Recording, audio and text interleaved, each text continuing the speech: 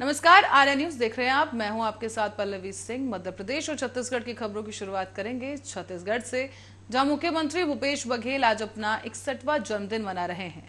इस अवसर पर प्रधानमंत्री नरेंद्र मोदी ने भी मुख्यमंत्री भूपेश बघेल को जन्मदिन की शुभकामनाएं दी हैं। उन्होंने उनकी दीर्घायु की कामना की, साथ ही उन्होंने एक ट्वीट भी लिखा है। ट्वीट में लिखा गया है कि छत्तीसगढ़ के मुख्यमंत्री भूपेश बघेल को जन्मदिन की बधाई। मैं उनके लंबे और स्वस्थ जीवन की कामना करता हूं। तो वहीं राज्यपाल अनुसुईया उइके ने भी उनके जन्मदिन पर बधाई दी है। ट्वीट करते हुए लिखा गया कि सीएम भूपेश के स्वस्थ जीवन और दीर्घायु जीवन की कामना है। उन्होंने लिखा है कि छत्तीसगढ़ के यशस्वी मुख्यमंत्री श्री भूपेश बघेल जी को जन्मदिन की अनंत शुभकामनाएं। आपके स्वस्थ और दीर्घायु जीवन की कामना करते हूं।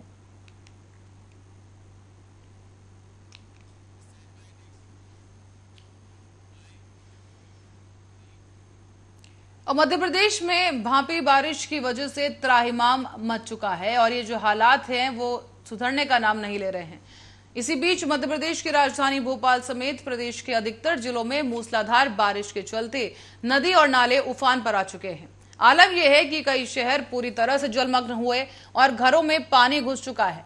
फसलें बर्बाद हो गई हैं और बाढ़ का खतरा गहराता जा रहा है। अब शासन प्रशासन भी काफी एक्टिव मोड में आ गया है। इस बीच मुख्यमंत्री शिवराज सिंह चौहान खुद आधी रात को सड़कों पर निकले और बिजली आपूर्ति में आ रही समस्याओं को दूर करने के लिए विद्युत विभाग के कदमों जो अधिकारी हैं उन संबंधित अधिकारियों से जानकारी ली। मुख्यमंत्री शिवराज सिंह चौहान ने आधी रात को ही कंट्रोल रूम पहुंचकर समीक्षा बैठक की है। उन्होंने वर्षा प्रभावित जिलों के जिलाधिकारियों के साथ वीडियो कॉन्फ्रेंसिंग के जरिए बात की। सीएम शिवराज ने ताजा हालात की जानकारी भी ली है और जरूरी दिशा निर्देश भी दिए गए। साथ ही साथ ये भी कहा गया कि हर संभव सहायता सरकार की ओर से पीड़ितों को दी जाएगी।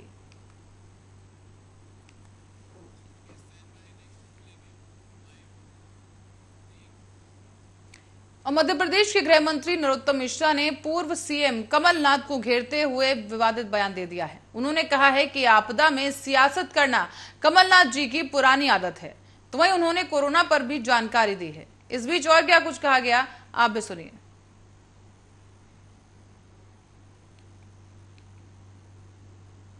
जहां तक बाढ़ की स्थिति का सवाल है, अभी गुना के थाना धारनावदा क्षेत्र में कुछ गांव में पानी की स्थिति है और शिवपुर के ग्राम सुंडी में भी पानी की स्थिति है। इन सभी लोगों को निकालने का प्रयास किया जा रहा है। तो विदिशा में काफी मात्रा में पानी कल आ गया था। 4 तहसीलें ज्यादा इफेक्ट हुई थी विदिशा में। प्रॉपर विदिशा तहसील, कुरवाई तहसील, नटेरन तहसील और बासोदा तहसील। 100 ग्राम के लगभग आसपास इसमें प्रभावित हुए होंगे। 350 लोगों का रेस्क्यू कर लिया था। एनडीआरएफ की 4 टीमें, एनडीआरएफ की टीम और एसडीआरएफ की 4 टीमें वहां पर वर्तमान में लगी हुई है। सीहोर के साहिबगंज थाने का भी है।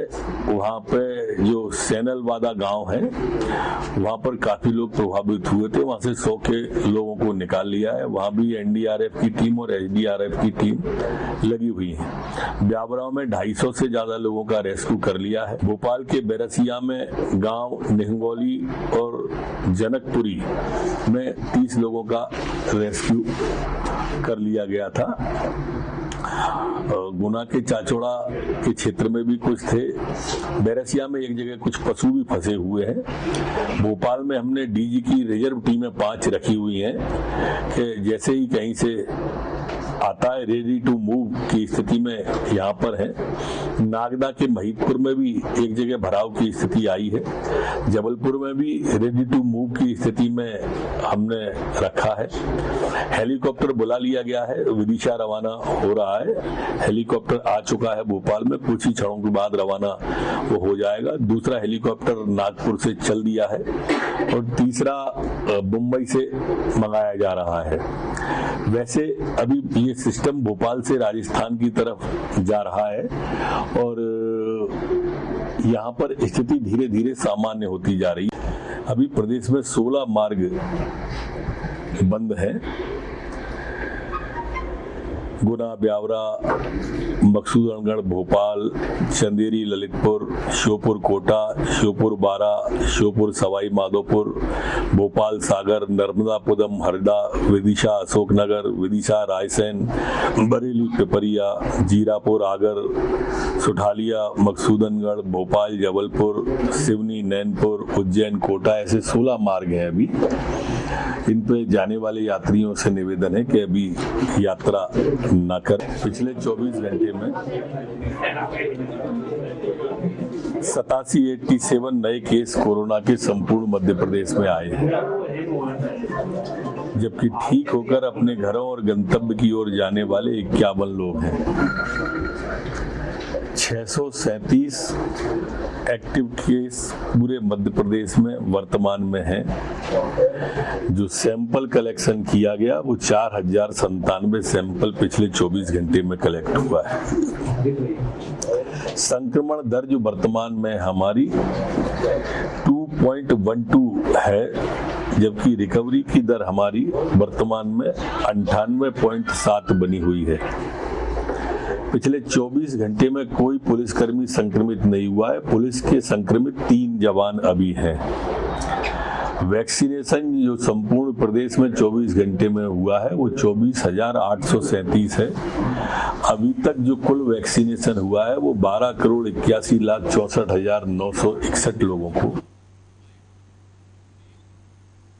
और रुक करते हैं धार जिले की ओर, जहां पर निसरपुर में आज सरदार सरोवर बांध के विस्थापितों के बीच आज मेधा पाटकर पहुंची हैं और बीते 2 दिनों पहले यहां पर 33 करोड़ रुपए की जो लागत से बने ब्रिज पर विस्थापितों ने अप्रोच रोड का काम बंद करवाकर अपने विस्थापन की बात की थी।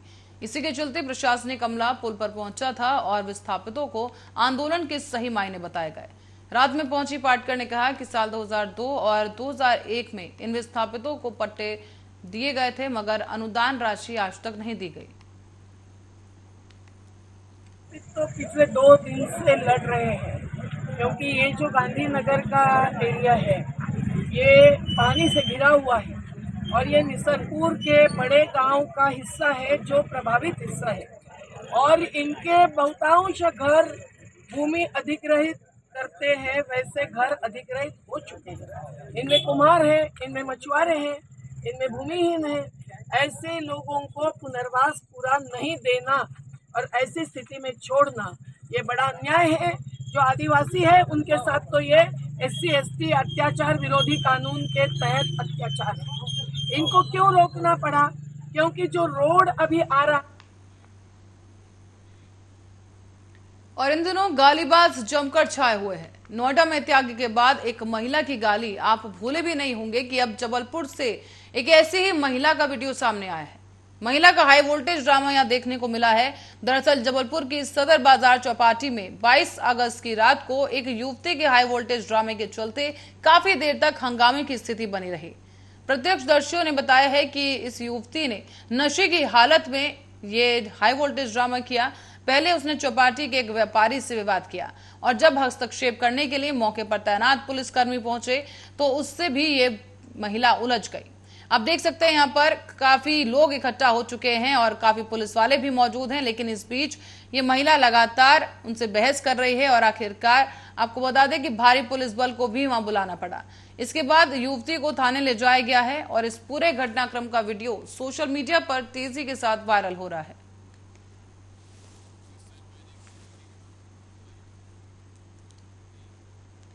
भगवान धारनाथ की छबीना शाही तरीके से निकाली गई। सोमवार को रिमझिम वर्षा के बीच सशस्त्र पुलिस के जवानों ने गार्ड ऑफ ऑनर दिया और भगवान को सलामी देने के बाद छबीने की शुरुआत हुई।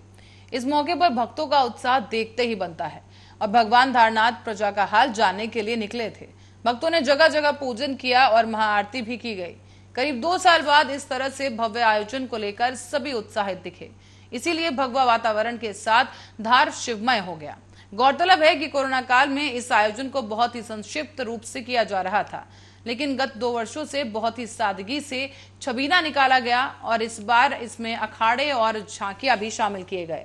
आपको बता दें कि ये अपने आप में एक महत्वपूर्ण क्षण था और आप तस्वीरों के जरिए देख सकते हैं कि कितने भव्य तरीके से हर्षोल्लास के साथ ये छबीना निकाला गया है। साथ ही साथ सशस्त्र बल ने उन्हें सलामी भी दी।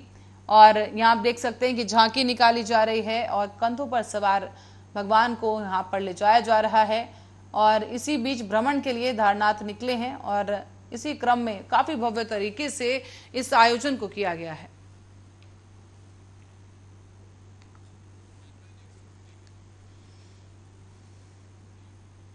खबर अब पेटलावद से है, जो आंगनवाड़ी कार्यकर्ताओं और सहायिकाओं को पिछले कई महीने से वेतन को लेकर काफी परेशान होना पड़ रहा है।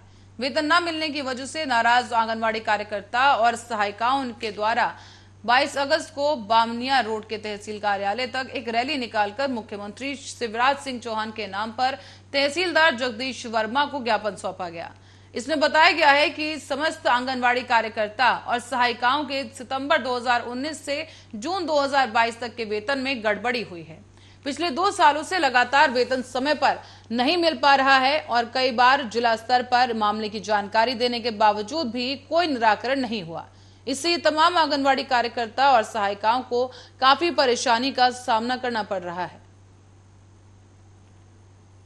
चौहान पेटलाव से आंगनवाड़ी कार्यकर्ता हूँ। हम लोगों का हर महीने वेतन जमा नहीं होता, उसमें हम लोगों को बहुत दिक्कत आती है। कई महीने तो इसी पे डिपेंड रहती है कि हमारी सैलरी आई और हम घर चलाए। कैसे चलाए? ना तो 4,500 करते हैं, उसमें 4,500 में ना तो किराना आता है ना कुछ नहीं आता। हम कैसे खर्चे? त्योहार के दिन भी हम लोग सैलरी के लिए बैठे रहते हैं, हमारे पास सैलरी नहीं आती, तो हम करें क्या करें? इसलिए हमारी यही मांग है कि हमारी सैलरी 1 से 10 तारीख के बीच में हो जाना है। कम सैलरी मिलती है 10,000, उसमें भी हम लोग घर में कर लेते हैं, फिर भी हमारे पास 10,000 सैलरी भी बराबर टाइम से नहीं आती। 4.5 करते हैं या फिर 5.5 करते हैं और कहीं कहीं तो होती भी नहीं है 2 महीने तक।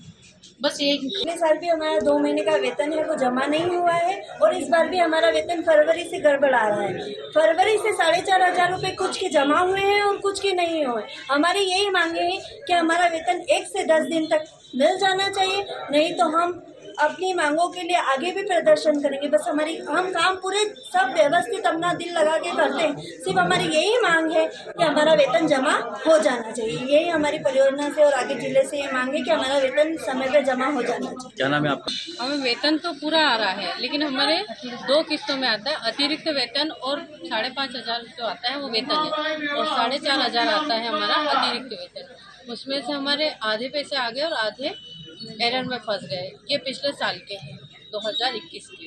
हमारी क्या मांग है? हमारा वेतन जो पिछला बकाया है वो हमें प्राप्त हो और समय पर वेतन मिल।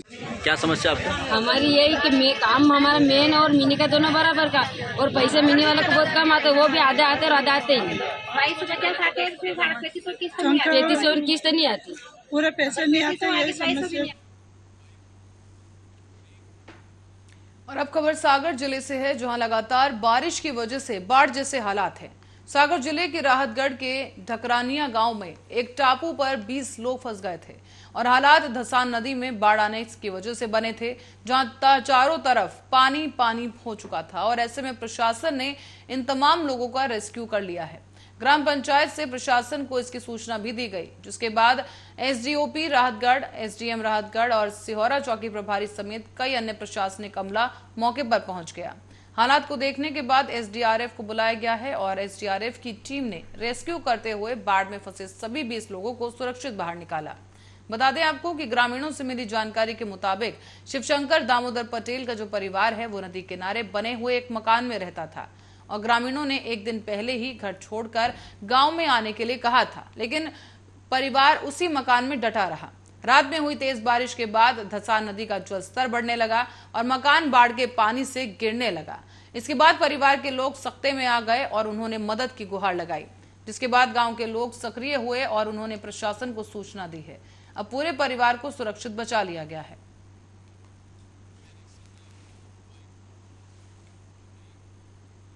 और जबलपुर में पिछले दिनों हुई भारी बारिश के चलते शहर का जनजीवन अस्त व्यस्त हो चुका है। लगातार बारिश के चलते शहर के निचले हिस्सों में खासतौर पर पानी भर गया है और नदी, नालों और तालाब ओवरफ्लो हो चुके हैं। शहर के कुछ हिस्सों में पुराने मकान गिरने भी शुरू हो चुके हैं। जानकारी सामने आई है कि इस वक्त जो स्थिति है संवेदनशील बन चुकी है। नगर निगम के महापौर जगत बहादुर अनु सिंह अपने दल बल के साथ जल भराव वाले क्षेत्रों में पहुंचकर उन्होंने मोर्चा संभाला है, जहां महापौर ने कहा कि भारी बारिश में सड़कों पर उतरे और जलभराव वाले क्षेत्रों में जाकर निगम के अमले को निर्देशित किया है कि वो हर स्थिति से निपटने के लिए तैयार रहें। निचले क्षेत्र में पानी के भराव वाले स्थानों से पानी निकासी की व्यवस्था की गई। अनु सिंह ने बताया है कि इस बार बारिश में शहर के भीतर जलभराव की स्थिति पहले जैसी हो चुकी है। निगम के अमले ने बारिश के पहले ही नालों की साफ सफाई का कार्य पूरा कर लिया था और उम्मीद जताई जा रही है कि इस बार स्थिति पहले से थोड़ा बेहतर होगी। तो वहीं तस्वीरों में भी आप देख सकते हैं कि यहाँ पर घुटनों तक पानी भरा हुआ है। लोग इसी जलभराव की स्थिति में रहने के लिए मजबूर हैं। हालांकि प्रशासन की तरफ से अधिकारियों को अलर्ट मोड पर रहने के लिए कह दिया गया है और ये भी उम्मीद जताई जा रही है कि पहले जैसे हालात ना हो। हमारे कमिश्नर साहब हैं और हमारे माननीय कलेक्टर साहब नई उम्र के हैं, IAS हैं, और वो आज हमारे शहर के नगर निगम के हर एक कर्मचारी से अपनी तरह काम लेना चाहते हैं। 16-18 घंटे उनकी जगना की आदत है, हैबिट में है। वो चाहते हैं कि हमारा कर्मचारी भी वैसा जगे। उनके लिए तो उनको छुट्टियां मिल जाती हैं, समय मिल जाते हैं, घर परिवार सब देख लेते हैं, लेकिन हमारा कर्मचारी परेशान इस बात में है कि उसको 18 नहीं 20 घंटे और 24 घंटे काम कराया जाए। पूरी रात जगने के बाद सुबह 6 बजे फिर वो उपस्थित रहे, फिर 12 बजे फिर उपस्थित रहे और 4 बजे के बाद मीटिंग होती है। इन सब विसंगतियों के चलते हमने माननीय आयुक्त महोदय को, माननीय प्रशासक जी को कई बार पत्र व्यवहार किया। हमने स्ट्राइक, देखिए कल 24 घंटे में लगभग 5.5 से 6 इंच की वर्षा हुई और शहर में काफ़ी जगह पानी भरा। लोगों को बहुत नुकसान हुआ, बहुत परेशानियों को सामना झेलना पड़ा उनको।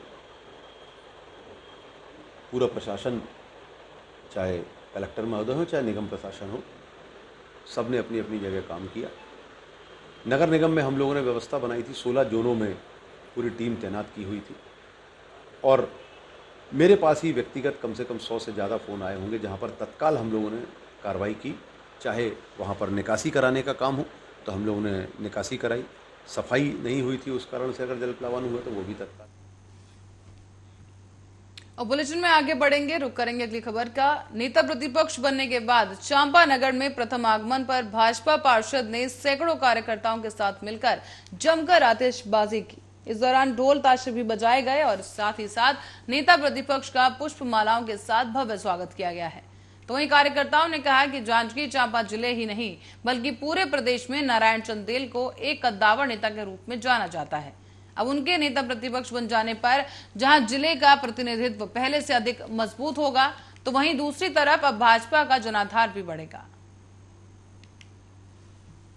नेता प्रतिपक्ष का दायित्व देने के लिए मैं पार्टी के प्रति आभार व्यक्त करता हूं। पार्टी के सभी शीर्ष नेताओं को धन्यवाद देता हूं। और रही बात कार्यकर्ता को संदेश की, आज चांपा नगर में सभी कार्यकर्ताओं ने मिल करके स्वागत किया, अभिनंदन किया। मैं नगर के और आसपास के क्षेत्र के सभी भारतीय जनता पार्टी के कार्यकर्ताओं के प्रति बहुत बहुत धन्यवाद ज्ञापित करता हूं, आभार व्यक्त करता हूं। और एक ही संदेश कि आने वाले समय में जो चुनौती है उस चुनौती को। और जांजगीर चांपा जिले के पामगढ़ पुलिस की एक बड़ी कार्रवाई सामने आई है, जहां पर 20 लीटर कच्ची महुआ शराब के साथ एक आरोपी को पुलिस ने गिरफ्तार किया है। बता दें आपको कि पामगढ़ पुलिस को मुखबिर से सूचना मिली थी कि एक आदमी ग्राम डोगा खरदेद में बिरौनी के रास्ते सफेद रंग की बोलेरो में भारी मात्रा में कच्ची महुआ शराब लेकर जा रहा था। इसी सूचना के आधार पर पामगढ़ पुलिस ने एक टीम गठित की और मौके पर भेजी, जिसके बाद टीम ने मौके पर जाकर दबिश दी और सफेद कलर की बोलेरो की घेराबंदी कर उसकी तलाशी ली गई है।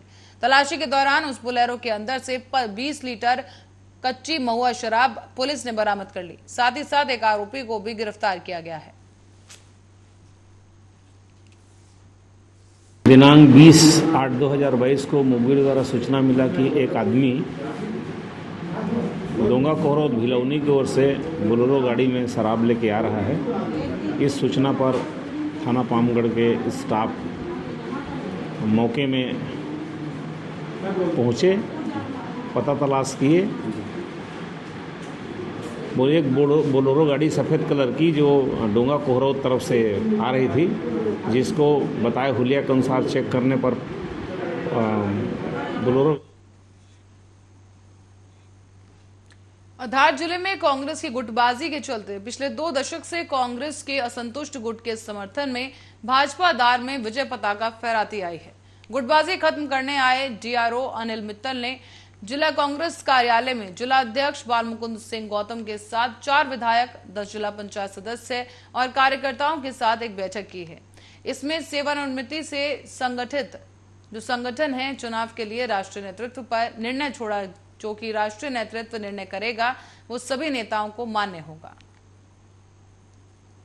वो कांग्रेस की एकता की जरूरत है और इसके लिए हर व्यक्ति, हर कांग्रेस का कार्यकर्ता और नेता जो है अपनी कुर्बानी, अपना ईगो छोड़कर हाथ से हाथ मिलाकर, कंधे से कंधा मिलाकर, कदम से कदम मिलाकर। धार के मनावर में किसानों की सिंचाई मोटर से कापर तार चोरी होने की वजह से एक मामला सामने आया है। यहां पर आपको बता दें कि 3 चोरों को इस दौरान पुलिस ने पकड़ लिया है और बता दें कि मनावर थाना प्रभारी ने प्रेस कॉन्फ्रेंस कर इस घटना का खुलासा किया। दरअसल धार जिले के मनावर पुलिस को 2 अलग अलग मामलों में बड़ी सफलता हाथ लगी है। पुलिस ने मुखबिर की सूचना पर पहले अवैध तौर पर शराब ले जा रहे 4 पहिया पिकअप वाहन से लगभग 100 पेटी बियर और ड्राइवर को घेराबंदी कर गिरफ्तार किया।